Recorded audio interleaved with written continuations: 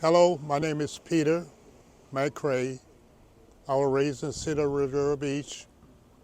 I was born in 1945. We moved here in 1950, and my mother had 10 children.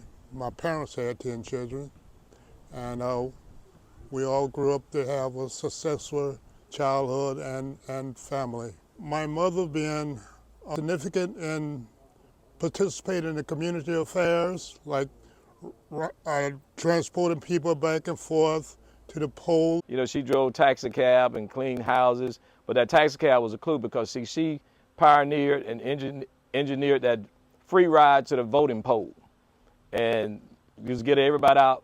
I mean, she would sacrifice her monies and just give people a free ride to the poll. She would tell everybody to make sure they go to school. If it was cold, she would give them a ride in the taxi to school. If it was raining, she would take them to school. If they didn't have no clothes, and she was looking at them come to school, pass by the house, and she said, come here. And she would give them jackets and socks or whatever they needed. And she looked out for a lot of the kids and the young mothers and older mothers and aunties and grandmamas in this area. And everybody knew her by the lady with the white hair. Your mama so mean. I said, She said, but she kept us in order. She didn't have to worry about us getting in trouble, nothing, because she didn't play that. This area, they always call it the Firehouse. The Firehouse. Where you live? I live across the street from the Firehouse, because the building used to sit right there. It was built because we had a lot of little fires during the early part of the 1950s, and it was first built as a fire station, and we called it the Firehouse. Then later it became a local recreation center for the youth in this area. Well, we used to play ping pong back then, like my sister said, you know, the teacher squad dance. They had all kind of indoor games, you know, and you had adults there, you know. Then they closed it up, lock up, then they send us home. But this here, what they used to be nicknamed when the little boy, they used to call it the Woods. When I was coming up, it was the Woods because Riviera Beach wasn't populated, you know, back then.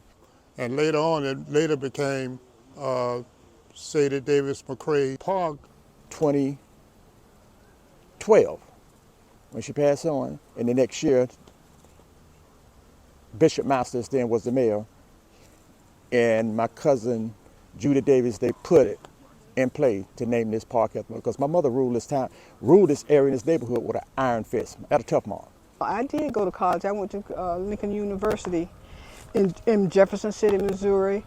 I majored in elementary education. I was a teacher in Riviera Beach. And not only that, 3 became public servants right away. Nathaniel leading off in 1978, Jerry in 1980, and then Robin in 1982 with the City of Riviera Beach Fire Rescue from 1982 to 2012. I've been retired since then. It was great because I knew so many people. I lived here all my life. So if I didn't know them, they knew me, and they knew I was the son of one of the kids of Sadie McCray. And that in itself brought a lot of joy. It was only right to name it after her because if you cutting up and acting food out here, she'll walk from the house to but everybody respected her. It wasn't nobody shooting at her, nobody talked back or cussed me, say that, because my mama had all white hair, and she lived to the ripe age of 84. But she was well respected. She was well respected. And that's a good legacy, and that's what we try to carry on with us. I'm very proactive with the city of Riviera Beach being a majority black city. I always knew that when I was a little boy growing up, and I love that about the city, and I want to be a part of that history. And thank God, God blessed me to be a part of that history. And just to be here with my whole family, and, you know, we have lost 2 siblings, you know, along the way, and so it's 8 of us left out of the 10. And we're just enjoying life. We get together for virtually every holiday to make sure we still celebrate our mother and father legacy.